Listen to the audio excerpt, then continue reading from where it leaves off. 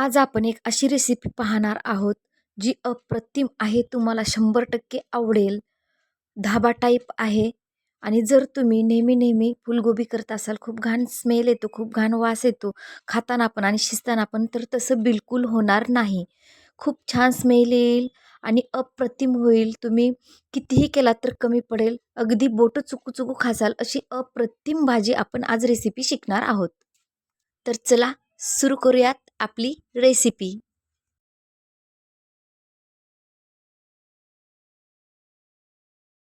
मी Pragya Kadam, प्रज्ञाच kitchen स्टुडिओमध्ये आपलं अगदी मनापासून स्वागत. नक्कीच तुम्हाला रेसिपी आवडणार आहे. प्लीज तुम्हाला मदत झाली असेल, रेसिपी आवडली असेल, तर नक्कीच सबस्क्राईब करायला विसरू नका. तर चला सुरू करूयात रेसिपी. हे बघा, गरम-गरम चपाती आणि आपण केलेली मस्त भाजी. एवढी छान लागते, केल्याच्या नंतर कळेलच तुम्हाला. हे बघा, सुरुवातीला आपल्याला गोबी कट करून घ्यायची आहे. कशा पद्धतीनं कट करायचे आहे, यामध्ये बारीक किडे असतात, छोट्या-छोट्या आळ्या पण असतात, तर ते पूर्ण निघून जायला पाहिजे. त्यामुळं सुरुवातीला आपण शिजवून घेणार नाहीत किंवा फ्राय करून घेणार नाहीत. हे बघा, एक नवीन पद्धत करणार आहोत आपण. अशा प्रकारे कट करून घेतलेली आहे, थोडी मोठी-मोठी साईज. आणि हे बघा, मध्यभागातून आपल्याला अशी कट मारून घ्यायची आहे. कारण जे मसाले आहेत ना, ते यामध्ये जाऊन बसतात आणि खूप छान सुगंध येतो, खूप छान, आणि लागते पण खूप छान. सगळे मसाले आतमध्ये जाऊन बसतात, त्यामुळं छान शिजली पण जाते आणि खूप छान स्मेल पण येतो. हे बघा.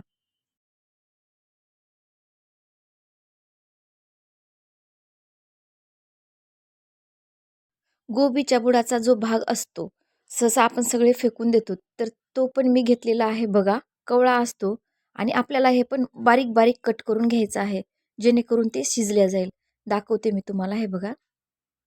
हे बघा, अशा पद्धतीनं एकदम बारीक-बारीक कट करून घ्यायचे आहे. हे बघा, बारीक-बारीक कट करून घेतलं आहे, जेणेकरून ते शिजून जातील. हे बघा, अशा पद्धतीनं कट करून घ्यायचे आहेत. रात्रीच मी वाटाणे भिजवत घातले होते बघा. बऱ्यापैकी फुललेले आहेत. परत आपल्याला 1-2 शिट्ट्या कुकरमध्ये करून घ्यायच्या आहेत. तर गोबीमध्ये मी उकळतं पाणी टाकलेलं आहे, म्हणजेच गरम पाणी टाकलेलं आहे. गरम पाणी यासाठी टाकायचे की सगळे किडे जे असतात, जे बारीक आळ्या असतात, ते सगळे मरून जातील आणि जे काय आहे ते गोबी स्वच्छ धुवून होईल. त्यामुळं आपल्याला गरम पाणी इथं वापरायचं आहे. त्यानंतर यामध्ये 2 टेबलस्पून मी टाकलेलं आहे मीठ. तर 2 टेबलस्पून मीठ टाकून घ्या.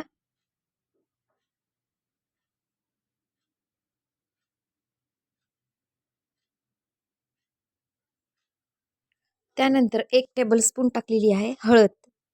हळद आणि मीठ आणि गरम पाणी. बघा, आता आपल्याला झाकून ठेवायचं आहे. 2 ते 3 मिनिट झाकून ठेवायचं आहे. 2 ते 3 मिनिट झालेलं आहे.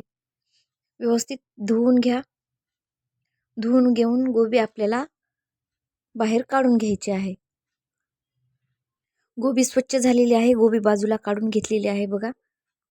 त्यानंतर यामध्ये आपल्याला टाकायचं आहे 2-3 चुटकी हळद, 1 टेबलस्पून मीठ,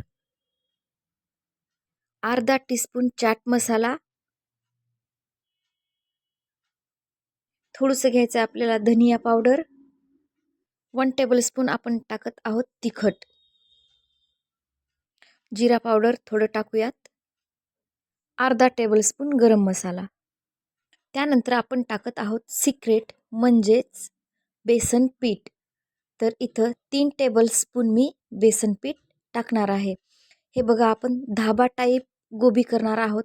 एकदम टेस्टी होती, एकदम छान स्मेल पण येतो. जसं धाब्यामध्ये करतात तसंच मी तुम्हाला करून दाखवत आहे. नक्कीच करून बघा. केल्याच्या नंतर छान लागली तर कमेंट करायला विसरू नका. बघा, 3 टेबलस्पून टाकून झालेले आहेत. त्यानंतर त्यावरती झाकून आपल्याला असं पूर्ण व्यवस्थित हलवून घ्यायचं आहे सगळ्या दिशेने, ज्यामुळं आपले जे मसाले आहेत ते सगळे मिक्स होतील, सगळीकडे लागतील. हे बघा, खूप छान मिक्स झालेले आहेत, सगळीकडे लागलेले पण आहेत. यामध्ये थोडंसं ऑइल टाकून पण तुम्ही मिक्स करू शकता, पण ऑइलची गरज नाही, मी टाकलेली नाही. कारण ऑलरेडी ती गोबी भिजवलेली होती आपण, त्यामुळं ते पूर्ण सगळीकडं लागलेलं आहे. बघा मी तुम्हाला दाखवते. हे बघा, खूप छान सगळीकडं मिक्स झालेलं आहे. हे बघा. त्यानंतर मी घेतलेलं आहे अद्रक. 10 ते 15 पाकळ्या घेतलेल्या आहेत. हिरवी मिरची घेतलेली आहे 3 ते 4.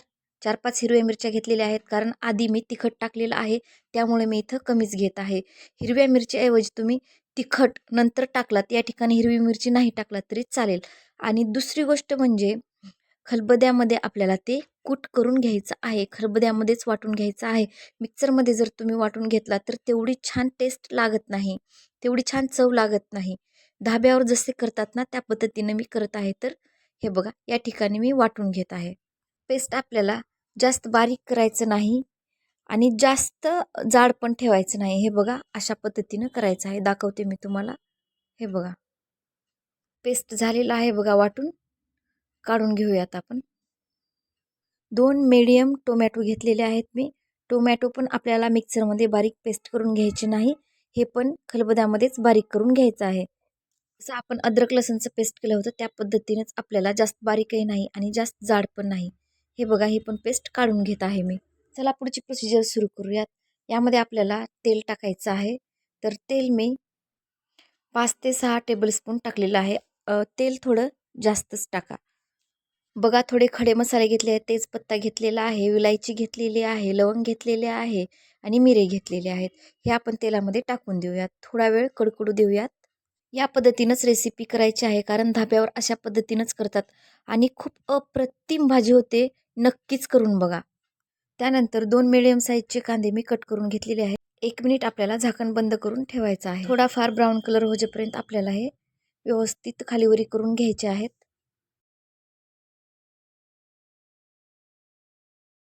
त्यानंतर जे बॅक साईडचं आपण घेतलेले होतो ना, तर ते व्यवस्थित टाकलेलं आहे. बारीक बारीक कट करून घेतलेली गोबी, जे देठ होते ना ते बॅक साईडचे घेऊन ते पण यामध्ये टाकून आपल्याला व्यवस्थित मिक्स करायचं आहे आणि 1 मिनिटासाठी झाकून ठेवायचं आहे.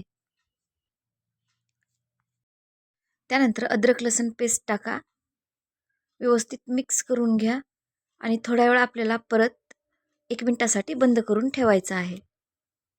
अद्रक लसूण आणि मिरची आपण जे कूट केलेलं होतं ते पेस्ट मी टाकून बंद करून ठेवलं होतं.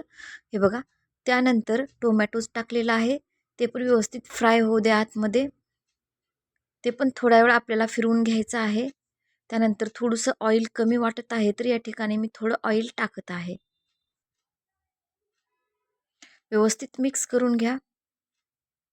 सगळे मसाले थोड्या वेळ आपल्याला शिजू द्यायचे आहेत. पाहिजे तसे शिजून झालेले आहेत. खूप छान स्मेल पण येत आहे. त्यानंतर चिमूटभर हळद टाकलेली आहे मी. थोडा काळा मसाला घेतलेला आहे. आधी पण टाकलो होतो, त्यामुळं कमीच प्रमाण घेतलेलं आहे. थोडंसं काळं मीठ टाकायचं आहे. असेल तर टाका, नसेल तर नाही टाकलं तरी चालेल. व्यवस्थित मिक्स करून घ्या. मसाले छान शिजून झाले आहेत. फायनली आपण टाकणार आहोत यामध्ये गोबी. व्यवस्थित मिक्स करून घ्या. आपण गोबी आधीच गरम उकळत्या पाण्यामध्ये धुतलेली होती आणि 2-3 मिनिट झाकून पण ठेवली होती. त्यामुळं बऱ्यापैकी मऊ झालेली आहे. तरी पण व्यवस्थित शिजवून घ्यावं लागते. त्यामुळं व्यवस्थित परतून घ्या. तेलामध्ये जसं आपण फ्राय करतो बघा, त्या पद्धतीनं आपल्याला व्यवस्थित मिक्स करून वरती झाकण ठेवायचं आहे. ज्या ज्या जेणेकरून ना व्यवस्थित ती फ्राय झाली पाहिजे. हे बघा, झाकण काढलेलं आहे. त्यानंतर आपल्याला जे आपण वाटाणे भिजत घातले होते, तर ते वाटाणे आपल्याला इथं टाकून घ्यायचे आहेत. व्यवस्थित मिक्स करून घ्या. बऱ्यापैकी गोबी फ्राय झालेली आहे. खूप छान स्मेल येत आहे. नक्की करून पहा. धाबा टाईप जशी करतात ना, त्या पद्धतीने मी केलेली आहे. तर जसा गोबीचा खूप घाण वास येतो ना केल्याच्या नंतर शिजवताना, तसा बिलकुल वास येत नाही. खाताना पण तसा घाणेरडा वास येत नाही. खूप छान स्मेल येतो. नक्कीच करून बघा. इथे मी अर्धा ग्लास पाणी टाकत आहे. तुम्हाला हवे तेवढं तुम्ही पाणी टाकू शकता. तुम्हाला जर रस्सा भाजी करायची असेल तर तुम्ही जास्त पाणी टाकू शकता. तर मला जास्त रस्सा करायचा नाही आहे. मी अर्धा ग्लास पाणी टाकलेलं आहे. व्यवस्थित शिजून द्या. वाव! एक नंबर मस्त भाजी झालेली आहे. अगदी धाबा टाईप धाब्यासारखी झालेली आहे. नक्की ट्राय करून बघा आणि प्लीज थोडं जरी तुम्हाला मदत झाली असेल, भाजी आवडली असेल, तर प्लीज सबस्क्राईब करायला विसरू नका. मला सपोर्ट नक्की करा. लाईक करा, शेअर करा, कमेंट करा, बेल आयकॉन प्रेस करा. असेच नवीन-नवीन रेसिपीज पाहण्यासाठी बेल आयकॉन प्रेस करायला विसरू नका. तर चला भेटूयात पुढच्या अशाच युनिक व्हिडिओमध्ये. तोपर्यंत मस्त खा, मस्त रहा, सुखी रहा, आनंदी रहा. भेटूयात पुढच्या अशाच व्हिडिओमध्ये. Thank you.